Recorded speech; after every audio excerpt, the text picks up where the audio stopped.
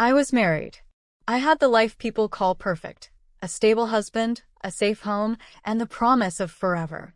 My husband is a good man, patient, steady, the kind of person who never raises his voice, who remembers anniversaries, who always makes sure the doors are locked at night. A man who gave me safety when the world outside felt too uncertain.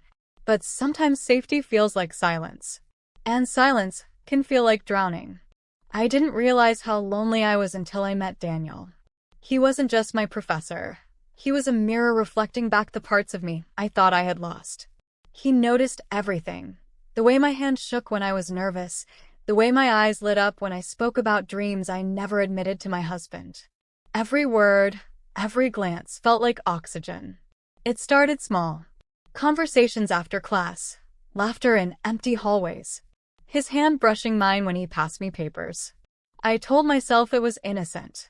But inside, something dangerous was waking up. The hunger to be seen. To be desired. One night, I stayed behind after everyone had left. He looked at me and I knew. That was the night I crossed a line I can never uncross.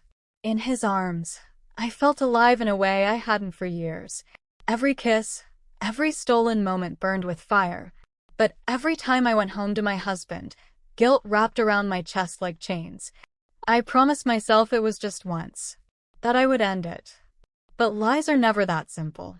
Soon it was midnight messages, excuses rehearsed in front of the mirror, secret meetings in places where no one would find us.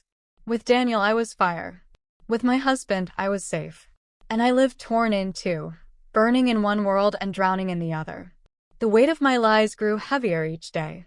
I couldn't look my husband in the eye. His kindness became unbearable. His small gestures, making me coffee, asking about my day, felt like daggers.